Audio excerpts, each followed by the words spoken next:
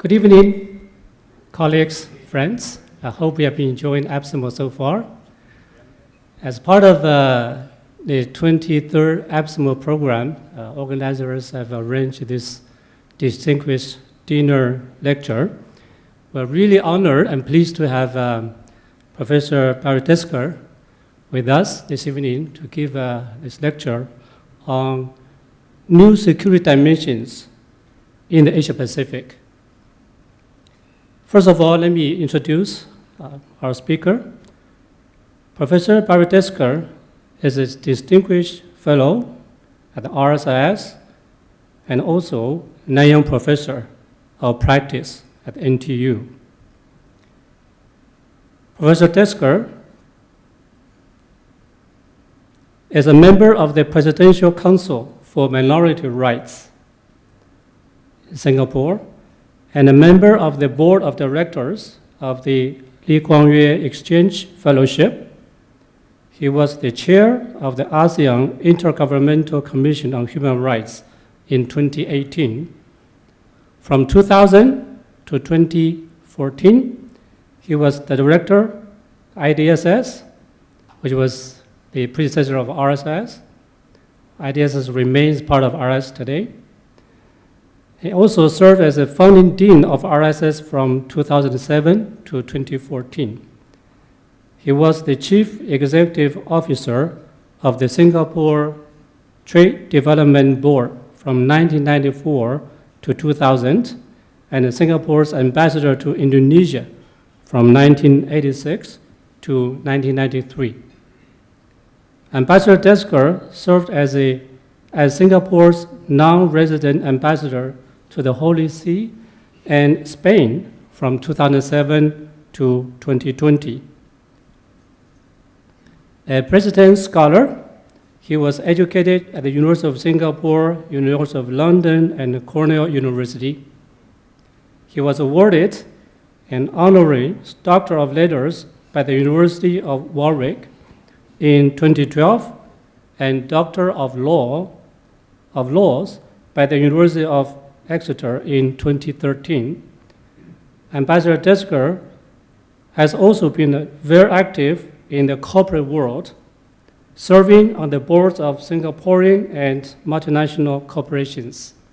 We're really pleased to have this opportunity to listen to Professor Tesker's sharing on a very important topic, the new dimensions in security in the Asia Pacific.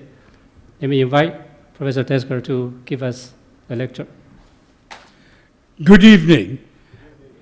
I am delighted to see all of you today attending APPSMO in person. As one of those who was involved in organizing APPSMO from the third occasion right up to the 16th time we had APPSMO, I know what a hard job my colleagues have in getting the show put together. So I'd like to begin with thanking the organizers of APPSMO for enabling us to have an excellent dinner, great company, and good food.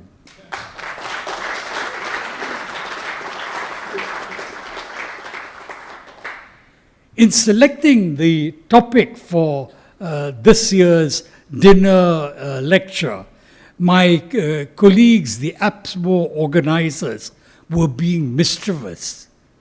They chose the same title as a lecture which I presented 15 years ago.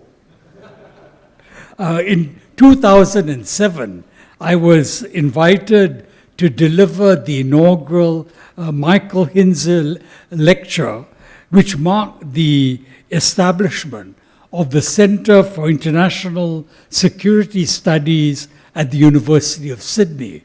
And my colleagues chose the same title, I think wickedly hoping that I would present exactly the same lecture. I argued in 2007 that the rise of great powers and the challenge they pose to existing hegemons has been marked by violence throughout history.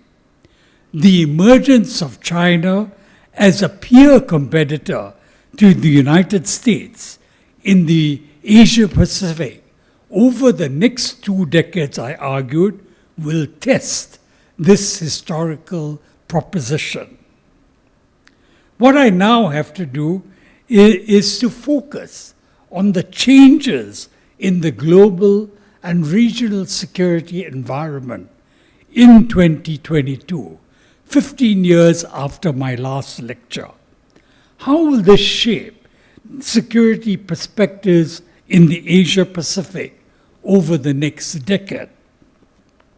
In keeping with the theme of the risks of conventional war as the subject of this year's APPSMO, I will refrain today from discussing issues like pandemics, climate change, the environment, natural disasters, irregular migration, food insecurity, and transnational crime, which pose challenges to the security of peoples and states.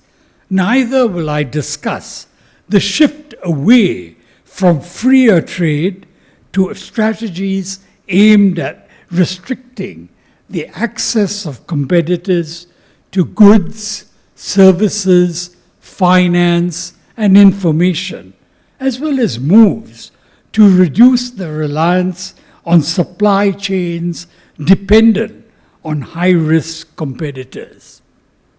Instead, what I would try to do is look at some of the political security issues which are the focus of attention now. The first point I'd like to make is that today we live in a multipolar world.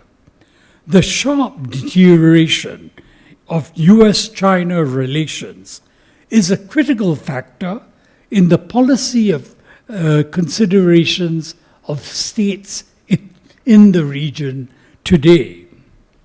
The post-war or Cold War era, where the United States was the sole superpower which shaped global developments for 2 decades, is over. Today, it is a much more diffuse environment. Alignments are not clearly drawn. Transactional relationships are on the rise, and there's a heightened risk of miscalculation and misjudgment. China is now a leading economic and emerging military power. Russia has the largest nuclear weapons stockpile globally. Europe is a leading economic and trading power, and there are emerging powers such as India, Brazil, South Africa, and Indonesia, which could influence developments in their own regions. A multipolar world means that all states will have to be concerned about multiple potential sources of challenges. For the United States, the lack of a domestic foreign policy consensus will make it harder for American policymakers to navigate the multiple challenges emerging from a multipolar world. Sharp about turns in policy may occur if a Biden administration is succeeded by a Republican administration. A second area of change, compared to 15 years ago, has been the return of Russia as a factor in international security policy. In 2007, Russia was seen as a regional European power with nuclear weapons. Russia was not seen as a significant force in Asia-Pacific security since the end of the Cold War. However, Russia's invasion of Ukraine has been the greatest challenge to European security since 1945, and developments in Ukraine will have an impact on trends and developments in the Asia Pacific. It is already seen the deeper split within ASEAN on a foreign policy issue since the post-Cold War expansion of ASEAN in the 1990s. By invading Ukraine, a member of the United Nations, Russia undermined the sanctity of borders and the UN Charter principles of territorial integrity and sovereignty, resulting in strong criticism of Russia's actions in the United Nations. Russia has now gone further and annexed parts of Ukraine that it now occupies. In my view, Russian President Vladimir Putin probably miscalculated in launching the invasion of Ukraine on 24th February this year. He expected a quick victory. Even someone like myself, who observed in February that there was a continuing low-intensity conflict at the border zones between Ukrainian territory captured by Russia in 2014 and areas still controlled by Ukraine, did not think that Ukrainian resistance would last more than 2 weeks. Ukraine's steadfast resistance and the poor Russian performance in recent weeks has led to a downgrading of the current capabilities of the Russian military and a perception of its fundamental weaknesses arising from corruption, the poor allocation of resources, and the diversion of funds allocated to military expenditure. Ukraine now looks increasingly westwards and has applied for NATO membership and wants to join the European Union. It is unlikely that either of these objectives will be attained in the near term. However, a reasonable case can be made for the argument that NATO's expansion eastwards after the end of the Cold War was the initial spark which led to President Putin's push for the annexation of Russian-speaking territories on its periphery. But this argument underestimates President Putin's mindset, which seeks the restoration of the great power status of the Soviet Union and a recovery of its territorial expanse. Sympathizers with Russia have argued for Ukraine's ceasefire in place, allowing Russia to retain territory conquered since 24th February, as well as areas seized in 2008 and 2014. On the other hand, some Ukrainian supporters, buoyed by the recent Ukrainian advances into Russian-occupied territory, are pushing for Russian withdrawal from all occupied territory, including Crimea, which was occupied in 2008. My view is that if there is a negotiated outcome, it is likely that the boundary lines will be drawn along the line of actual control by the two parties. This explains the significance of the current Ukrainian advances and why Ukraine will not heed calls for an immediate ceasefire at this time. Let me now turn to how this could affect the Asia Pacific. My point is that the Ukraine war is occurring in a time of rising tensions in the Asia Pacific. A third change from 2007 is the sharp deterioration in US-China relations. the risks of a Chinese invasion of Taiwan plays a much greater part in policymakers' considerations today. While the US is concerned that China may miscalculate and invade Taiwan, Washington's strategic ambiguity policy creates uncertainty as well. Although President Biden has asserted that Washington will defend Taiwan, he has been contradicted by his own aides.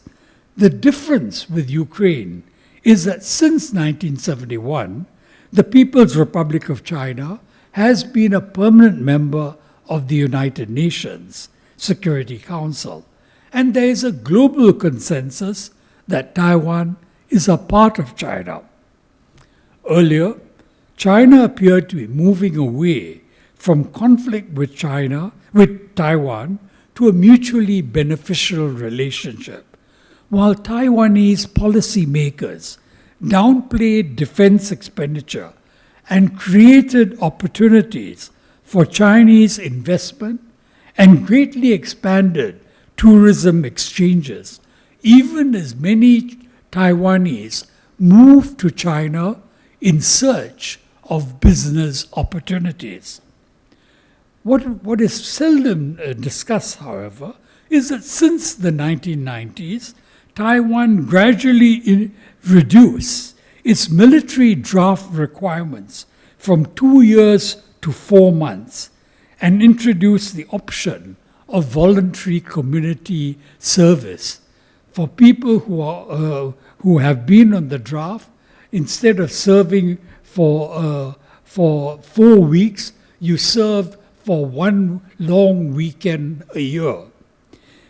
Expenditure on defense was reduced to around 2% of GDP, and defense expenditure focused on legacy military programs, suggesting that Taiwanese policymakers perceived a reduced threat until recently.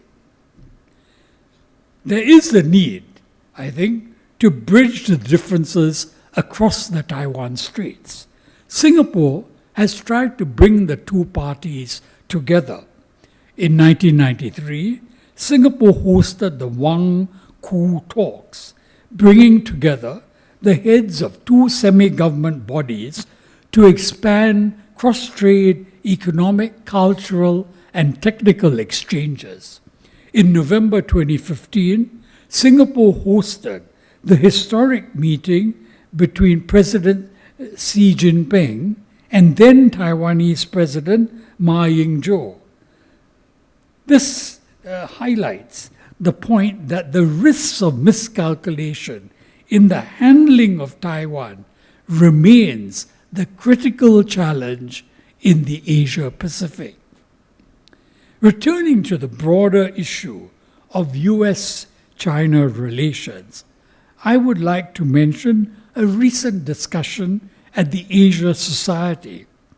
Former US Secretary of State Henry Kissinger, who is a well-known follower not only of US policy but also Chinese policy, observed that China may recalibrate its relationship with the United States after its miscalculation in siding with Russia on Ukraine.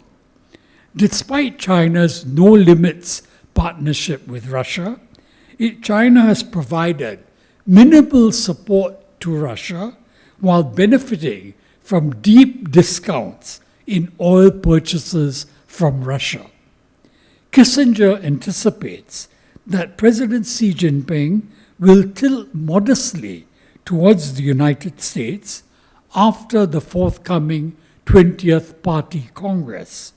A slow easing of tensions could begin in Bali next month when President Xi meets President Biden on the sidelines of the G20 summit. The two leaders should look at diffusing areas of conflict and building on possible areas of cooperation, such as pandemics, climate change, and environmental issues. Let me now turn to China's maritime dimension. Historically, China has been a continental power focused on its landward Eurasian border, the source of recurrent threats to Chinese imperial dynasties. However, a resurgent China will pay increasing attention to its maritime space, especially as its gaze turns eastwards towards the United States and Japan. China has continued to have a troubled relationship with Japan, bedeviled by memories of Japan's role as an occupying power and the traumatic experiences of World War II. Although the South China Sea disputes have been the center of media and public attention, it is my contention that the Sino-Japanese dispute over the Diaoyu Senkaku Islands is actually the most intractable maritime issue in East Asia because of this historical baggage. If China succeeds in its maritime territorial claims, both in the East China Sea and in the South China Sea, for the first time in its history, China will be a maritime as well as continental power. From a Southeast Asian perspective, as a major power, China's preference on these issues has always been for bilateral relations. While China has excellent ties with the ASEAN countries, it is noteworthy that China refers to ASEAN-China meetings as 10+1 meetings, a trend noticeable in the Chinese approach to South China Sea issues. China and ASEAN have focused on developing norms, building mutual confidence, and promoting cooperative behavior, as seen most notably in the 2002 ASEAN-China Declaration on the Conduct of Parties in the South China Sea. However, China and ASEAN have avoided addressing the territorial claims at the ASEAN level, which are taken up bilaterally by the parties most directly concerned. Although ASEAN and China have been negotiating a code of conduct in the South China Sea, progress has been slow. Given the disparity in capabilities between individual ASEAN claimant states and China, it is unlikely that their periodic tensions over rival claims in the South China Sea will boil over into direct military conflict.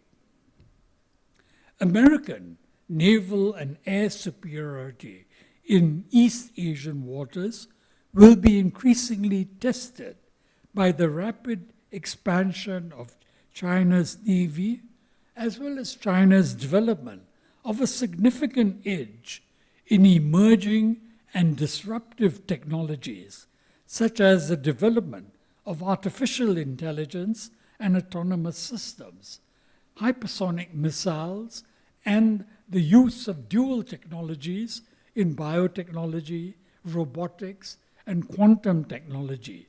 These developments highlight the need for the development of greater linkages and increased contacts at the policy level between the United States and China, not the cutting off of communications. How does ASEAN respond then to this changing global and regional environment? Southeast Asia was regarded as the Balkans of Asia in the 1960s, with the Vietnam War and its spillover in Cambodia and Laos, communist insurgencies in Thailand, Malaysia, Burma, and the Philippines, and a failed coup involving the Partai Komunis Indonesia, PKI, in 1965, which resulted in the deaths of more than 1 million people in the Javanese countryside. Today, Southeast Asia is at peace. While Myanmar is facing a tumultuous situation following the military coup of February 2021, interstate relations in the ASEAN region are generally on an even keel today.